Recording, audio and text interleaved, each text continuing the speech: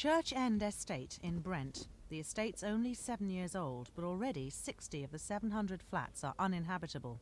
It's an all too familiar story, typical of the serious faults described in today's report by the National Consumer Council.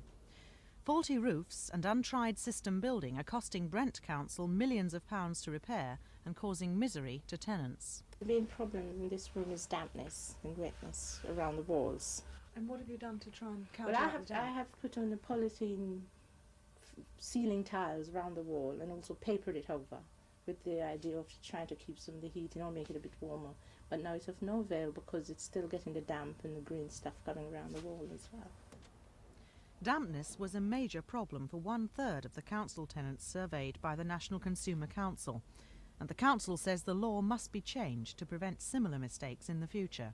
We think we would like to see an amendment to Section 32 of the 1961 Housing Act, which will enable the landlords to be responsible for putting right the underlying defects as well as the repairs themselves.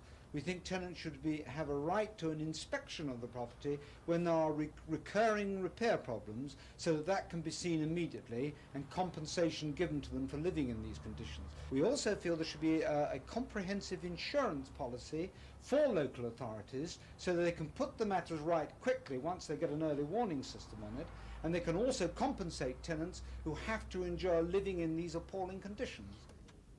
But can legal reforms make a real difference to councils and tenants when housing problems are so widespread and so costly? The insurance scheme would be a particular help because the problem we've had is actually getting the money to do this sort of work. This roofing job in this estate is going to cost us £4 million.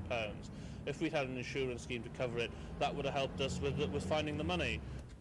And money is, of course, the key factor in housing repair. Legal changes can do little for the present difficulties, but they could prevent such costly troubles from occurring in the future. This is Ros Morris in Brent for Thames News.